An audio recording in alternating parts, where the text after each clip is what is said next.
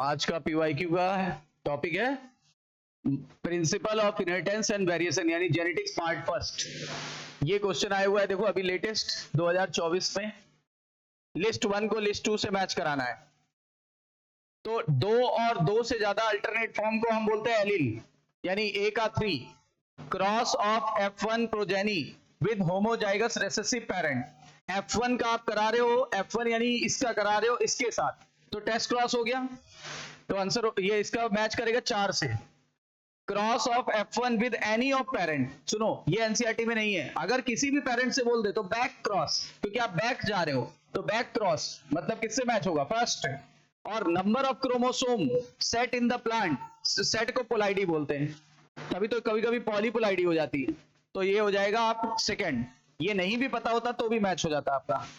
तो यानी कौन सा हो गया 3 4 2 1 3 4 2 1 नहीं 4 3 2 1 3 4 1 2 नहीं, यही होगा 3 4 1 2 होगा। ये हो सकता है मिसप्रिंटिंग हो गई हो, क्योंकि इसमें 4 3 2 1 कर दिया, तो ये हो जाएगा अपना। नेक्स्ट 2022 में पूछा गया क्वेश्चन है, क्या पूछा गया है, स्टेटमेंट 1 और 2 वाला। स्टेटमेंट में पढ़ना है, मेंडल ने 7 pair of contrasting trait study किए थे प्लांट में और लॉ ऑफ इनहेरिटेंस दिया था। सही है, 7 पेयर ऑफ कंट्रास्टिंग ट्रेट यानी 14 ट्रेट, सही है। 7 characters examined bye Mendel in the P plant were seed से कलर, फ्लावर कलर, पॉड से, flower pod colour, flower position, stem height, सही है, दोनों ही सही है, यानी कि चौथा सही है ना, दोनों ही करेक्ट है।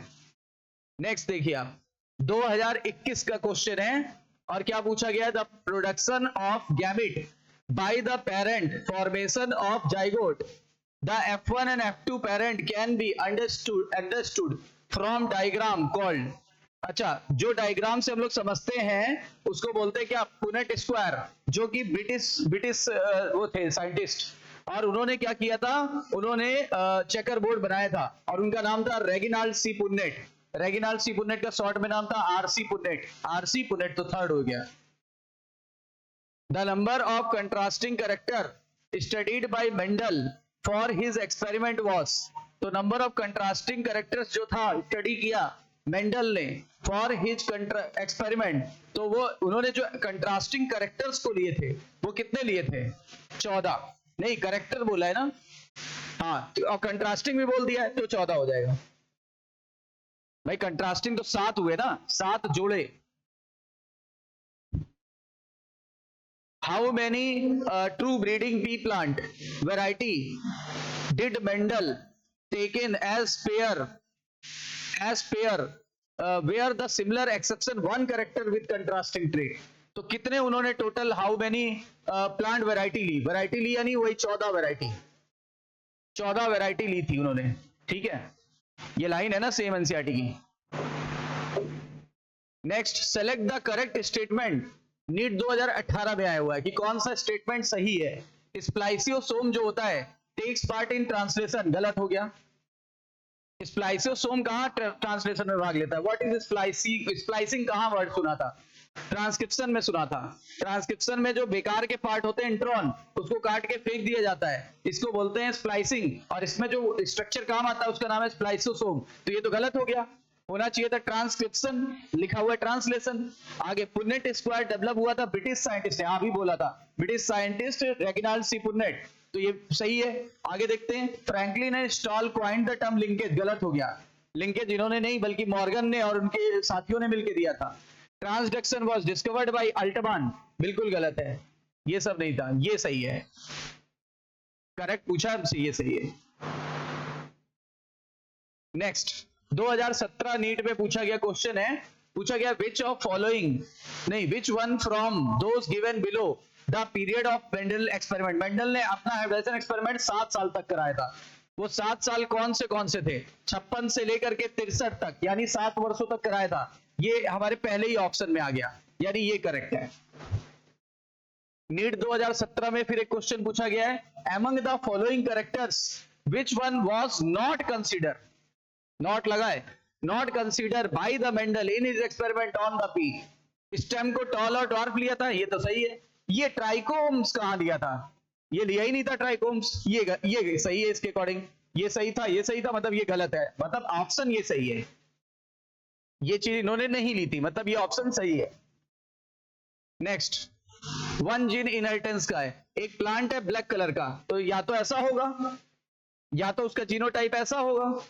कह रहा है कि ब्लैक डोमिनेंट है ओवर व्हाइट पे, इस पे ठीक है। कह रहा है find out the genotype of black seed plant which of following will you cross it. हाँ तो इनको क्रॉस करा लेते हैं, कैपिटल वी का क्रॉस अगर हम स्मॉल वी पे स्मॉल वी कराएंगे तो ऐसा बनेगा। फिर क्या बोल रहा है, in order to find out the genotype of black seed, black seed का जीनोटाइप जानना चाहते हो तो आपको क्रॉस किससे कराना पड़ेगा, ऐसे बोल रहे हैं।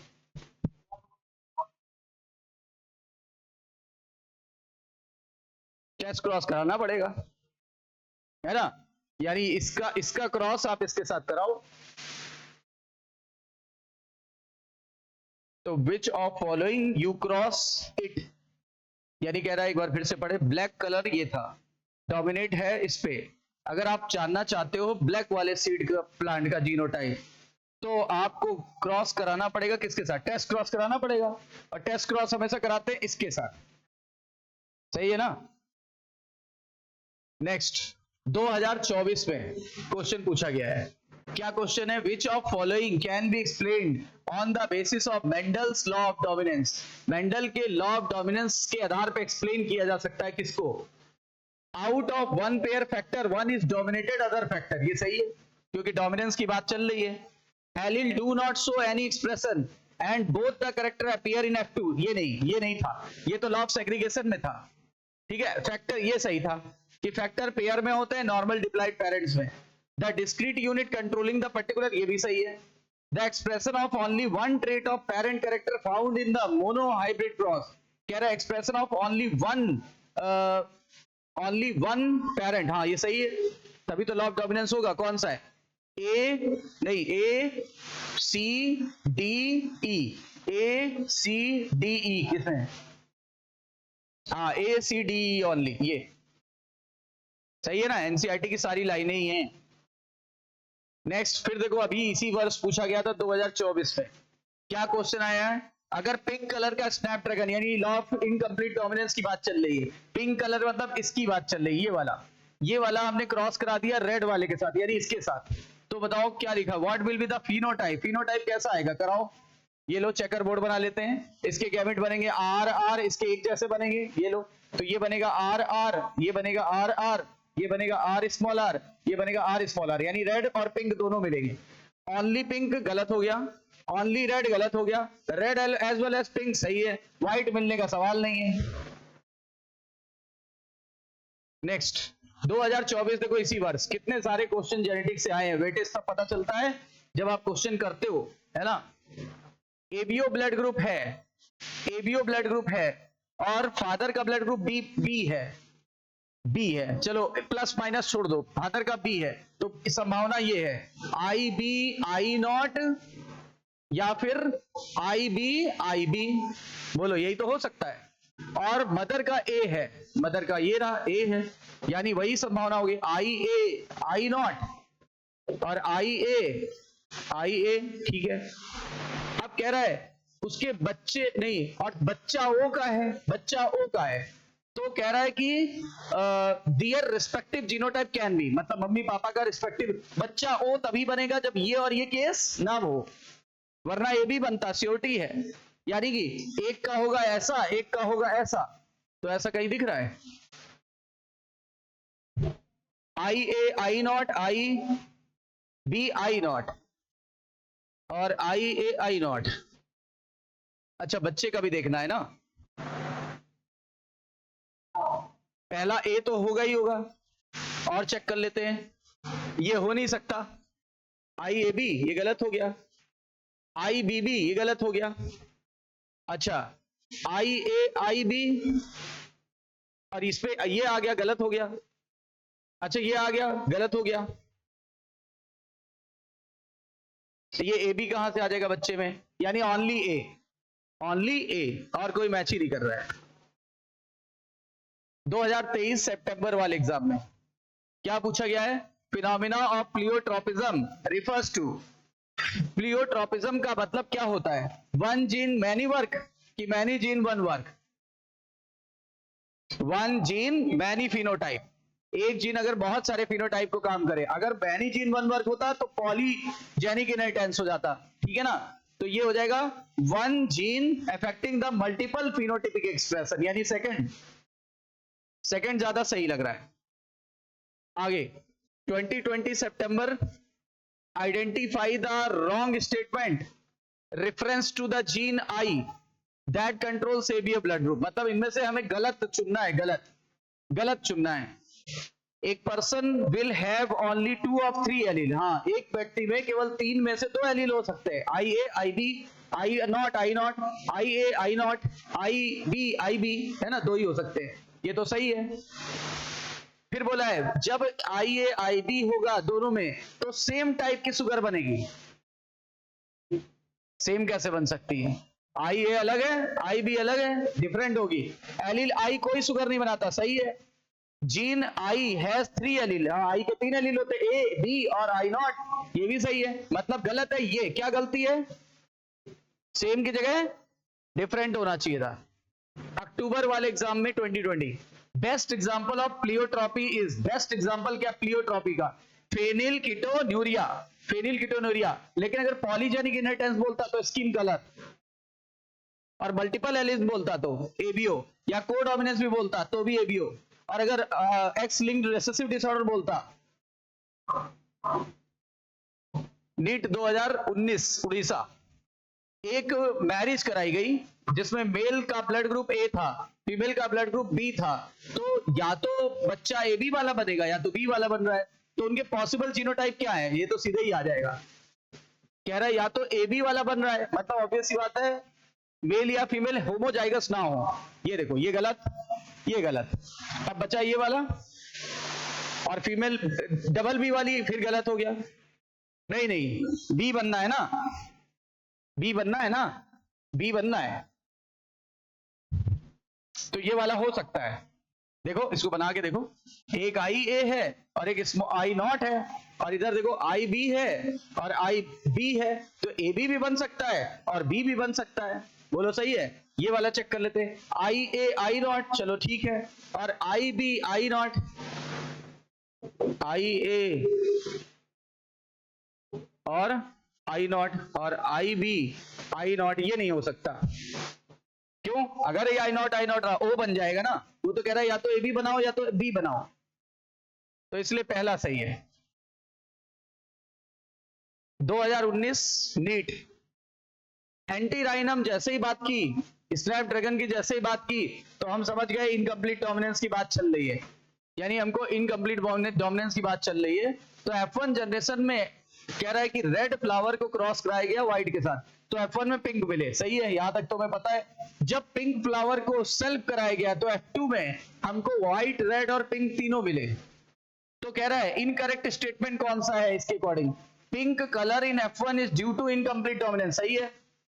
अच्छा, रेशियो कितना आया था? 1:1, हाँ सही है, रेड 2 और 1, ठीक है। Law of segregation does not apply experiment, और this experiment does not follow the principle of dominance. इसने प्रिंसिपल ऑफ डोमिनेंस को कहां फॉलो किया? ये तो सही है, ये गलत है। कि कह रहा है लॉ ऑफ सेग्रीगेशन जो है वो अप्लाई नहीं हुआ। अरे नहीं हुआ तो व्हाइट कहां से आ गया? व्हाइट का आना इस बात की प्रतीत है, इस बात का मैनिफेस्ट कर रहा है इस बात को कि कहीं ना कहीं यहाँ लॉ ऑफ डोमिनेंस हुआ है, लॉ ऑफ सेग्रीगेशन फॉलो हो रहा है, लिखा है, जबकि यहाँ नहीं फॉलो हो रहा है, गलत। तो व्हाइट कैसे आ गया? आगे 2018, which of following characteristic represent the inheritance of blood group in the human being? कौन सा हम लोग का वो है ब्लड ग्रुप का डोमिनेंस है? कोडोमिनेंस भी आएगा, मल्टीपल एलिलिज्म भी आ जाएगा, 1, 2 and 3। इनकम्प्लीट आएगा नहीं, पॉलीजेनिक आएगा नहीं। बताओ, ब्लड में लॉ ऑफ डोमिनेंस भी लगता है एबी के केस में। वो सॉरी, ए के ए स्मॉल नॉट पे डोमिनेंस वाला। जैसे ये बताओ, ये कौन सा रूल लग रहा है? लॉ ऑफ डोमिनेंस, तभी तो इसका ब्लड ग्रुप ए आएगा। अच्छा यहां बताओ ये कौन सा लग रहा है, कोडोमिनेंस। अच्छा मल्टीपल एलील्स क्यों बोल रहे हैं, बहुत सारे एलील मिलके एक काम कर रहे हैं, ब्लड ग्रुप निर्धारित कर रहे हैं, तो आंसर हो जाएगा 1 2 3, यानी आंसर सेकंड।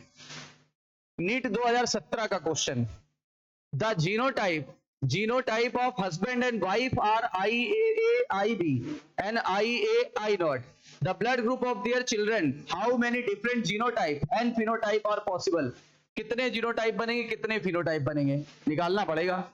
IA IB ये किसका है, हस्बैंड का, मान लो किसी का भी है, उससे हमें मतलब नहीं है। IB नहीं, IA I0 मान लो, तो ये बनेगा A बन जाएगा, सीधे लिख लेते हैं, ये बन जाएगा AB A बन जाएगा, ये AB बन जाएगा और ये B बन जाएगा। तो कितने जीनोटाइप बनेंगे, नहीं इसको लिखना पूरा ऐसे, रुक जाओ पूरा लिख के बताते हैं वरना गड़बड़ हो जाएगा। वैसे ही लिख लो वरना जीनोटाइप नहीं दिखेगा ना आपको। IA IA I0 IA IB IB I0। पहले तो देखो एक फिनोटाइप ये बना A वाला, ये दोनों A वाले हैं, ये AB वाला बना, ये B वाला बना, तो कितने फिनोटाइप बने, 3, तो 3 वाला इसमें भी है इसमें भी है, ये कैंसिल हो गया।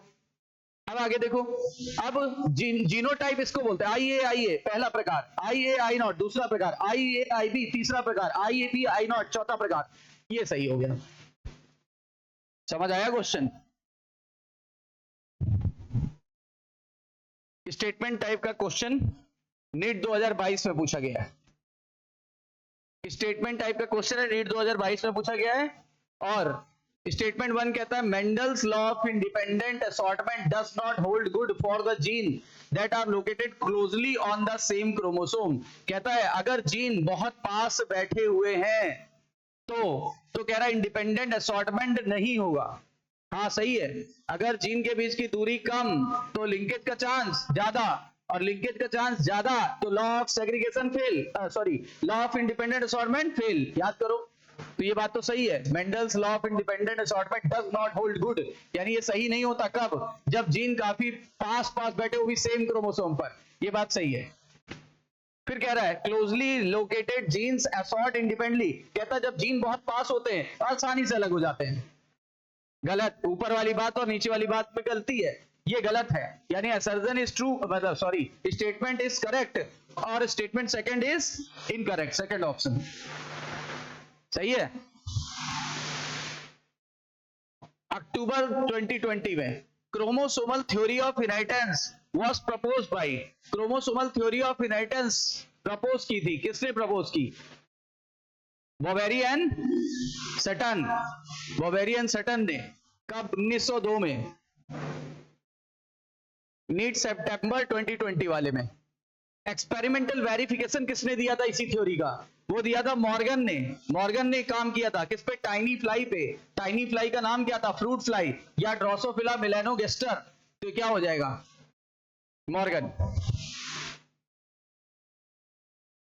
नीट 2023 में सेक्स डिटर्मिनेशन से जो क्वेश्चन आए हैं, लिंकेज और sex determination, frequency of recombination between the gene pair of the same chromosome as a measure of the distance between the gene of map, बोला गया ऐसे बोला गया है, तो जब दो जीन होते हैं एक ही क्रोमोसोम पे तो उनके बीच की दूरी को हम जीन फ्रीक्वेंसी बोलते हैं। तो ये जीन फ्रीक्वेंसी जो है निकालना पहली बार किस व्यक्ति ने बताया, इसी को जीन मैपिंग कहते हैं। याद करो, मॉर्गन के स्टूडेंट थे, नाम था स्टूटवेंट, ये एल्फ्रेड स्टूटवेंट ने ये बताया कि जितने परसेंटेज फ्रीक्वेंसी है उतनी ही मैप यूनिट इसकी दूरी है। मैंने कहा 50% पे दो जीन बैठे हुए, 50% फ्रीक्वेंसी है, मतलब इनके जीन की दूरी 50 मैप यूनिट है। इस पे बेस्ड एक क्वेश्चन आया भी है, अभी दिखाते हैं कहां पे। ये मैंने टेस्ट में दिया था, ये टेस्ट में आया था अभी एफएसटी में किसमें, कि रिकॉम्बिनेशन फ्रीक्वेंसी ए और सी की 5 है। पहले देखो सबसे बड़ा करने का क्वेश्चन क्या है, वैसे तो अब आते नहीं लेकिन कभी आ भी सकते क्योंकि अभी रिसेंटली आया हुआ है 2-3 साल पहले। सबसे पहले सबसे बड़ी डाटा देखो, सबसे बड़ा डाटा कौन सा है, ए और डी के बीच सबसे बड़ा डाटा, मतलब ए यहां लिखो डी यहां लिखो, 29% फ्रीक्वेंसी है। अभी बता रहे थे ना, जिनके बीच की दूरी को फ्रीक्वेंसी में निकालते हैं, जितनी परसेंट दूरी दी हो उतनी ही मैप यूनिट उसकी फ्रीक्वेंसी होती है। तो ए और डी यहां पे आ गए, ए और डी यहां आ गए। अच्छा, अब उसके बाद इससे छोटा कौन सा है, सी और डी, यानी सी यहां कहीं होना चाहिए, सी यहां कहीं होना चाहिए, तभी तो ये 24 होगा। अब ये चेक करो कि ए और सी के बीच 5 हो तो बिल्कुल परफेक्ट हो। ए और, हाँ ये देखो, ए और सी के बीच 5 है, ये देखो सेट हो गया, ए और सी के बीच 5 है, क्यों, 24 और 5 29। बोलो भाई, सेट करना होता है। और देखो और क्या दिया हुआ है, बी और सी के बीच 15 है, तो बी कहां गया, बी अभी सेट करना पड़ेगा, सी कहां गया ये, तो बी यहां कहीं होना चाहिए मेरे हिसाब से, बी यहां कहीं होना चाहिए। कितनी बता रहा है, 15, चलो बी और सी के बीच 15 है, और बी और डी के बीच 9 है, बी ये रहा और डी ये रहा, 24 में से 15 गया 9, तो ये देखो सेट हो गया। अब जरा सारे देखो सेट हो गए, ए और बी के बीच की 20 है, तो ए ये रहा, बी ये रहा, तो 15 ये थी और 5 ये थी, 20 हो गई, हो गई। तो क्या सीक्वेंस आया, ए सी फिर बी फिर डी, ए सी बी डी, ये आ गया। 2022 में क्वेश्चन पूछा गया है, एक्स नॉट टाइप, समझ गए होगे, एक्स नॉट टाइप ग्रॉस ऑपर में खोजा गया था, किसमें, ग्रॉस ऑपर में, ये सीधे सीधे आंसर आ गया। 2019 में पूछा गया क्वेश्चन, व्हाट मैप यूनिट यानी centric Morgan is adapted in the construction of genetic map. बोला गया कि सेंटी मॉर्गन जो था, मैप यूनिट को सेंटी मॉर्गन उसकी वो बोलते हैं यूनिट, जैसा बोलते हैं ना 1 मीटर, वैसे 1 सेंटी मॉर्गन या 1 मॉर्गन, ठीक है। तो बोला गया है उसके लिए क्या होगा, अभी मैंने बोला था जितने परसेंट क्रॉसिंग ओवर या रिकॉम्बिनेशन उतने ही परसेंट उसके बीच की दूरी, और इससे हम जीन के बीच की डिस्टेंस निकालते हैं। तो unit of distance between 2 express gene, नहीं एक्सप्रेस से कोई मतलब नहीं है, एक्सप्रेस से नहीं, नॉर्मल जीन की बात होती है। Unit of distance between the gene on the chromosome representing 1% cross over, हाँ यही बोला था मैंने, 50% होता नहीं है, 10% होता नहीं, 1% मतलब 1 मैप यूनिट, 2% मतलब 2 मैप यूनिट, 10% मतलब 10 मैप यूनिट, और ये फ्रीक्वेंसी 50 से कम या तो उसके बराबर होनी चाहिए, 50 से ज्यादा कभी फ्रीक्वेंसी हो ही नहीं सकती, 50 से ज्यादा कभी फ्रीक्वेंसी नहीं हो सकती, either it should be less than the 50 और इक्वल टू 50। क्वेश्चन पूछा जा सकता है जीन की दूरी कितनी हो सकती है या कितने मैप यूनिट, आइदर 50 और less than 50। The frequency of recombination between the gene pair on the same chromosome, कह रहा सेम क्रोमोसोम पर है और उसकी डिस्टेंस को निकालना पड़ेगा, ये किसने एक्सप्लेन किया था, फिर से वही क्वेश्चन है घुमा के, एल्फ्रेड स्टूडवेंट ने। दूरी नापने की बात हो, मैप यूनिट की बात हो, इन भाई साहब का नाम मत भूल जाना, ये इनके शिष्य थे। 2019 में पूछा गया क्वेश्चन मैचिंग का, देखिए X X X not grasshopper को लो, एक्स एक्स एक्स वाई या तो हम लोग होंगे, हाँ तो हमारा केस है, इसमें इस केस में मेल हेट्रोगैमेटी होता है, यानी फीमेल होमोगैमेटी होगी। 4 कैरियोटाइप 45 यानी टर्नर, टर्नर, हाँ और किसी से मैच नहीं होगा, तो ये हो गया आपका फर्स्ट। और जेड जेड जेड डब्ल्यू, इसमें फीमेल हेट्रोगैमेटी होगी।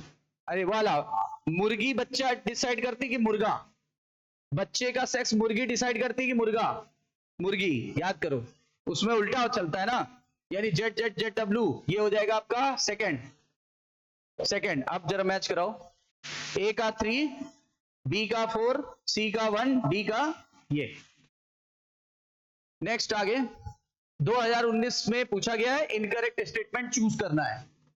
तो in male grasshopper 50% sperm have no sex chromosome. हाँ, 2 तरह के बनते हैं, इसमें बनेंगे ऑटोसोम प्लस 0, इसमें बनेंगे ऑटोसोम प्लस एक्स। बोलो, तभी तो X X X not method आता था, ये सही है। अच्छा, फिर in dominant fowl, domesticated fowl, fowl यानी मुर्गी, sex of the depend upon the sperm rather than egg, गलत। भाई कह रहा है कि जो मुर्गी पालते हैं हम लोग घरों पे, उसमें सेक्स डिपेंड करता है स्पर्म पर बजाय एग के। उल्टा है ना, गलत हो गया, ये भी चेक कर लो।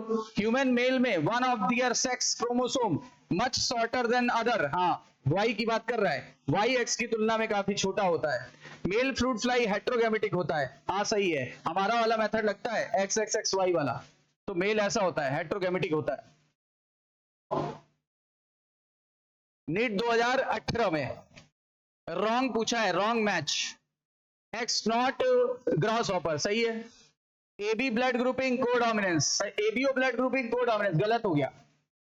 फिर भी एक बार होल्ड में डाल देते हैं, होल्ड में डालते हैं क्योंकि और भी ऑप्शन देखने पड़ेंगे। Star synthesis in the P multiple alleles, star synthesis in P, नहीं नहीं, टीएच मॉर्गन ने ये दिया था, ये तो सही है।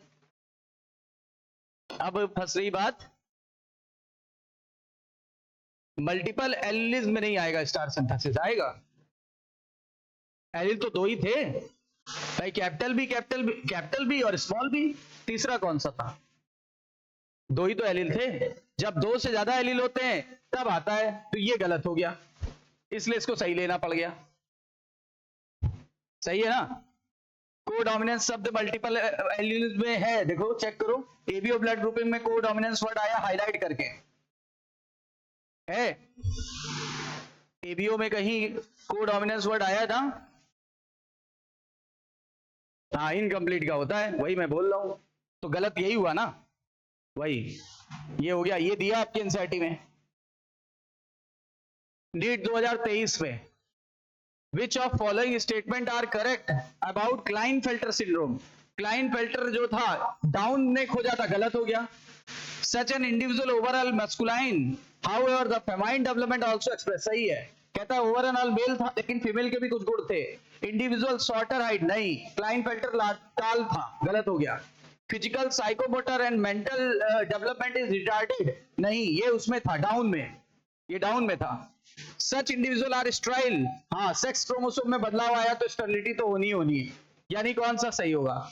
बी एंड ई, ये रहा B N E only, correct पूछा है ना, हाँ B N E only. NEET 2023 पूछा है broad palm planning, broad palm इतना कहते ही समझ गए होगे, डाउन सिंड्रोम होगा, आंसर आएगा ये। फिर डोमिनेंट ट्रेट, कहता ऑटोसोमल लिंक डोमिनेंट ट्रेट कौन सा है? ऑटोसोमल भी बोल दिया, डोमिनेंट भी बोल दिया, उसका एक ही तो एग्जांपल दिया एनसीईआरटी में, मायोटोनिक डिस्ट्रॉफी यानी मसल डिस्ट्रॉफी, और पहले ही ऑप्शन में है, अभी हम लोग ने मूवमेंट एंड लोकोमोशन में भी किया था। 2023 में आपके एनसीईआरटी खोलो, सीधे सीधे क्वेश्चन है, ये सिंबल से क्वेश्चन ले लिया गया। बोल रहा है किसमें क्लोज रिलेटिव के बीच मैटिंग हो रही है, तो कंसेजीनियस मैटिंग, देखो ये वाला बना होगा, डबल लाइन है, ये वाला सिंबल बना है कंसेजीनियस, ये लिखा होगा, ये वर्ड लिखा होगा। रिलेटिव्स के बीच जब मैरिज होती है या क्लोज के बीच होती है तो ये वाला सिंबल लगा देते हैं, double line. Colour blindness of female, colour blind female यानी एक्स सी, ठीक है, सी बैठा हुआ है, कलर ब्लाइंड है ना, ई पे कलर ब्लाइंड फीमेल, तो दोनों पे बैठा होगा, क्योंकि फीमेल पे एक पे बैठा होता है तो कैरियर हो जाती है। अगर कलर ब्लाइंड फीमेल की मैरिज होती है एक आदमी से जिसकी मम्मी भी कलर ब्लाइंड है, मतलब ये मेल कलर ब्लाइंड होगा, मम्मी से बच्चे में पहुंच जाएगा, तो ये इसकी मैरिज हो जाएगी एक्स सी वाई से, तो क्या चांस है प्रोजेनी में कलर ब्लाइंडनेस का? निकालो, चेकर बोर्ड लगाओ, एक्स सी वाई, तो ये हो गया एक्स सी, ये हो गया एक्स सी वाई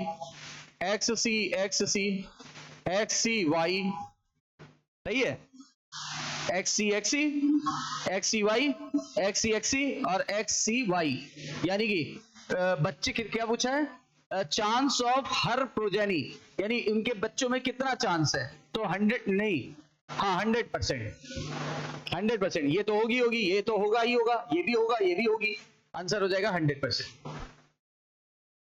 जब सब कलर ब्लाइंड है तो बच्चे में तो पहुंचेगा ही पहुंचेगा। एक क्रॉस करा रहे हैं मेल और फीमेल में, जिसमें दोनों हेट्रोजाइगस है सिकल सेल के लिए, मतलब ये वाला क्वेश्चन आ गया HbA HbS, वही वाला क्वेश्चन है जो अपनी एनसीईआरटी में दिया हुआ है। HbS देखो है दोनों हेट्रोजाइगस, दोनों पेरेंट हेट्रोजाइगस है, यही वाला केस तो एनसीईआरटी में दिया हुआ है। तो कितना प्रोजेनी में पहुंचेगा? सीधे 25%। निकाल लो सिकल सेल होने के कितने चांस हैं। HbA HbS HbA HbS, ये देखो ये AB नहीं, A और A नॉर्मल, A के साथ ये S A के साथ S, फिर A के साथ S और फिर S के साथ S, ये देखो ये नॉर्मल है, ये कैरियर है और ये सिकल सेल वाला है, यानी 25% चांस है। सही है। नेक्स्ट अगला 2020 सितंबर वाला, 2020 सितंबर वाला पूछा गया है, फेनिलकेटोन्यूरिया ऑटोसोमल डोमिनेंट है, गलत हो गया। ऑटोसोमल डोमिनेंट है, ऑटोसोमल रिसेसिव की sex chromosomal recessive? Autosomal recessive है, मस्कुलर डिस्ट्रॉफी ऑटोसोमल डोमिनेंट था, तो ये गलत हो गया पहला। Sickle cell anaemia autosomal recessive trait है, हाँ सही है। आगे थैलासीमिया एक्स लिंक्ड है, गलत है, ऑटोसोमल ही है, ऑटोसोमल रिसेसिव है। हीमोफीलिया एक्स लिंक्ड है, रिसेसिव, गलत हो गया। कौन सा सही हुआ? Second. Under which of following condition will there is no chance in regarding frame of following mRNA, यानी कहां पर हम किस जगह पे चेंज नहीं होगा, अंडर इसमें से कौन सा ऐसा काम करे जिससे ये फ्रेम चेंज नहीं होगा। 5-AA देखो, deletion of G from 5th position, 1 2 3 4 5, अगर G निकाल देंगे फ्रेम चेंज आगे का सारा। Insertion of A and G at 4th position, 1 2 3 4, यहाँ पे A और G अगर इंसर्ट कर दे तो भी चेंज हो जाएगा। डिलीशन ऑफ GGU को अगर हम डिलीट कर दें तो हाँ 3 के सेट में किया, या क्या लिखा है एनसीईआरटी में, या तो 3 के सेट में इंसर्ट करो या तो 3 के सेट में डिलीट करो, तो आपका आगे का फ्रेम लगभग पहले जैसा हो जाता है। तो हम क्या करें, हम ये कर दें।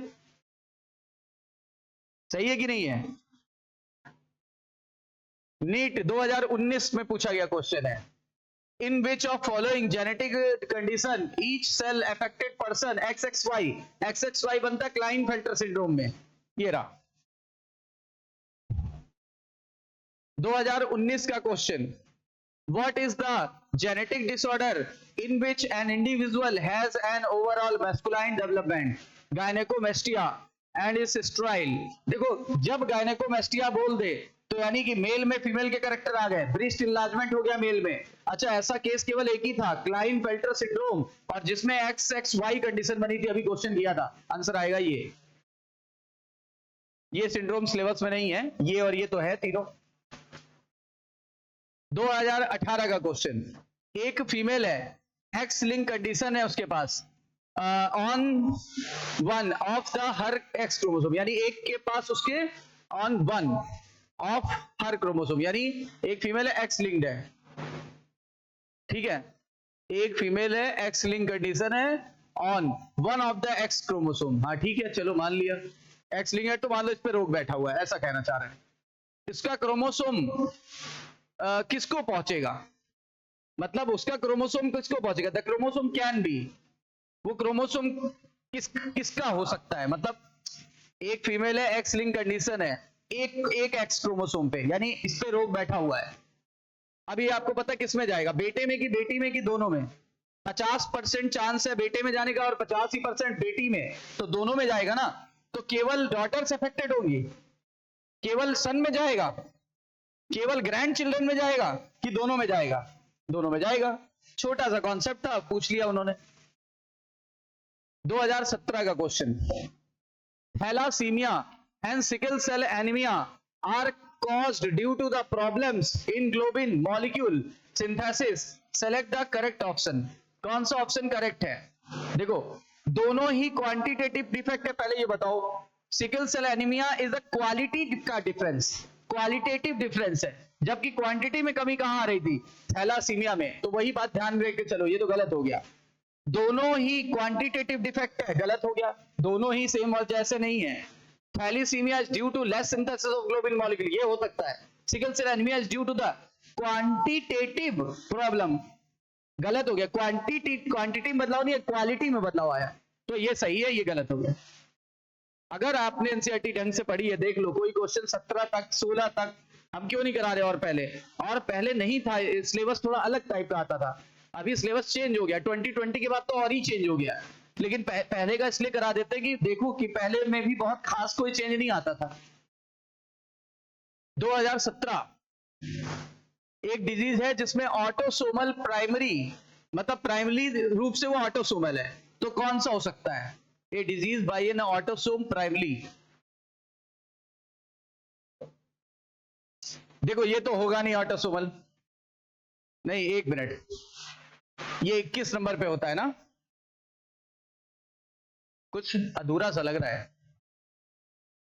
अच्छा, प्राइमरी रूप से ऑटोसोमल बोला है, तो ये हो गया, कह रहा प्राइमरी रूप, ये सब तो डिफेक्ट है ना, ये ऑटोसोमल थोड़ा ना है, प्राइमरी रूप से जो ऑटोसोमल डिजीज हो तो ये ऑटोसोमल है, ये सब तो डिफेक्ट है, या तो क्रोमोसोम घट गया या तो क्रोमोसोम बढ़ गया। और वैसे भी जब कभी ऐसे क्वेश्चन आ जाए तो सिंड्रोम सिंड्रोम सिंड्रोम, अब 3 ऑप्शन नहीं है, वरना कोई एक होता, इसलिए ये बचा, ये कर दिया, वैसे भी लॉजिक है, वैसे भी लॉजिक है।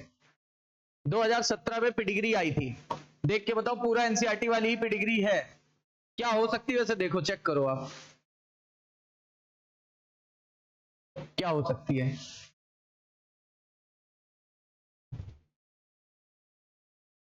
देखो हर पीढ़ी में है, पहली पीढ़ी में भी है, दूसरी पीढ़ी में भी चल रहा है, तीसरी पीढ़ी में भी है किसी न किसी बच्चे में, और चौथी पीढ़ी में भी है। ऑब्वियस सी बात है, ऑटोसोमल है, तो ये कैंसिल हो गए। अब ऑटोसोमल में भी कैसे पता चला कि डोमिनेंट है कि रिसेसिव? हर पीढ़ी में रोग हो, कोई पीढ़ी स्किप ना करे तो डोमिनेंट, और किसी एक पीढ़ी में, मान लो इसमें नहीं होता, किसी में भी अचानक अगली पीढ़ी में आ जाता तो रिसेसिव, तो ये हो जाएगा ऑटोसोमल डोमिनेंट, ऑटोसोमल डोमिनेंट। तो ये इस चैप्टर के भी हम लोगों ने कर लिए।